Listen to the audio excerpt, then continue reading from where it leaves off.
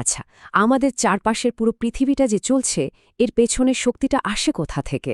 আজ আমরা সেই ছোট্ট অদৃশ্য এক শক্তির গল্প বলবো। ভাবুন তো, একটা সুইচ চাপলেন আর সাথে সাথে চারদিক আলোয় আলো, যেন জাদু, তাই না? চলুন আজ এই জাদুর পেছনের আসল কারিগরটাকে খুঁজে বের করি। হ্যাঁ, এই যে ব্যাপারটা, একটা সুইচ অন করলেই আলো জ্বলে উঠছে, ফ্যান ঘুরতে শুরু করছে, এগুলো তো আমাদের কাছে খুবই সাধারণ ব্যাপার, তাই না? কিন্তু এই সাধারণ প্রতিদিনের ঘটনার ভেতরেই লুকিয়ে আছে বিজ্ঞানের এক বিরাট রহস্য। আসলে আমাদের জীবনের এই প্রতিদিনের ম্যাজিকের পেছনে আছে এক অদৃশ্য জাদুকর।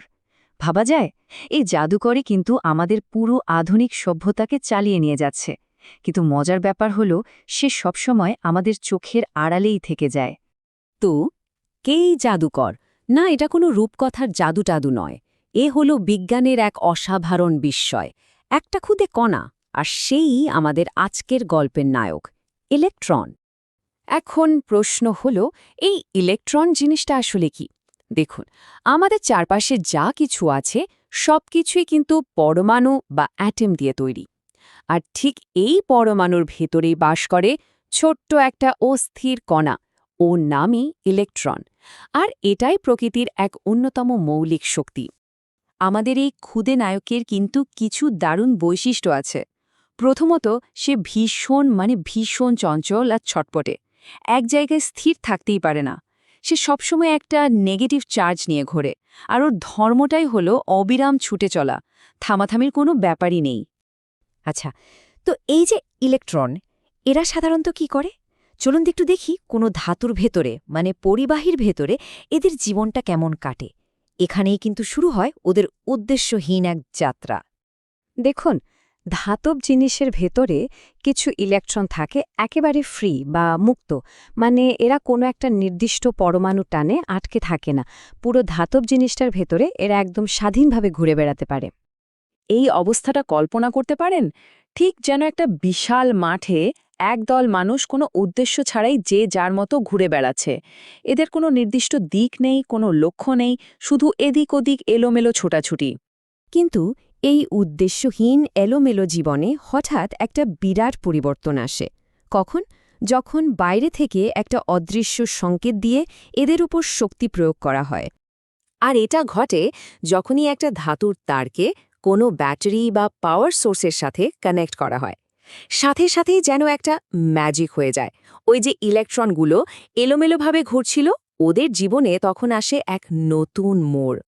আর পরিবর্তনটা চোখে পড়ার মতো। পাওয়ার সোর্স ছাড়া ইলেকট্রনগুলো ছিল একদম বিশৃঙ্খল, যে যার মতো ঘুরছে। কিন্তু যেই পাওয়ার সোর্সটা যোগ করা হলো, অমনি সবাই মিলে একটা নির্দিষ্ট দিকে শক্তিশালী আর গোছানো একটা প্রবাহ তৈরি করে ফেলল। বিশৃঙ্খলা থেকে সোজা শৃঙ্খলায়। তাহলে পুরো ব্যাপারটা কি দাঁড়ালো? পাওয়ার সোর্স থেকে একটা অদৃশ্য সিগন্যাল বা ইশারা আসে, আর সেই ইশারা পেয়েই উদ্দেশ্যহীন ইলেকট্রনগুলো, জানেন, ঠিক একটা ডিসিপ্লিনড আর্মির মতো লাইনে দাঁড়িয়ে যায়। ওরা সবাই মিলে একসাথে একটা লক্ষ্যের দিকে মার্চ করতে শুরু করে। আর কোটি কোটি ইলেকট্রনের এই যে একতাবদ্ধ যাত্রা, এই যে ফ্লো, একেই আমরা বলি ইলেকট্রিক কারেন্ট বা বিদ্যুৎ প্রবাহ। তো আমরা তো বুঝলাম কারেন্ট কিভাবে তৈরি হয়, কিন্তু এবার চলুন দেখি এই ছোট্ট কণাটা কিভাবে আমাদের এই পুরো আধুনিক বিশ্বটাকে গড়ে তুলেছে, কিভাবে সে হয়ে উঠল এর প্রধান কারিগর। ভাবতে অবাক লাগে, তাই না? এই ইলেকট্রনগুলোকে খালি চোখে দেখা পর্যন্ত যায় না, কিন্তু এদের সম্মিলিত শক্তি, সেটা একেবারে অসীম, আমাদের কল্পনারও বাইরে। একটা দুটো ইলেকট্রনের হয়তো কোনো দাম নেই, কিন্তু যখন কোটি কোটি ইলেকট্রন একসাথে চলে, তখন এদের শক্তি দিয়ে আস্ত একটা সভ্যতা চালানো সম্ভব। আর এদের এই অবদান কিন্তু একদম নীরবে আমাদের চারদিকে ছড়িয়ে আছে। বড় বড় কারখানার বিশাল সব মেশিন চলছে এদের শক্তিতে। মেডিকেলের যুগান্তকারী সব আবিষ্কার, এমনকি মহাকাশে রকেট পাঠানো, সবকিছুর পেছনেই আছে এই ইলেকট্রনের স্রোত। সত্যি বলতে কি, আজকের দিনের যে কোনো আধুনিক আবিষ্কারই এদের শক্তি ছাড়া অচল।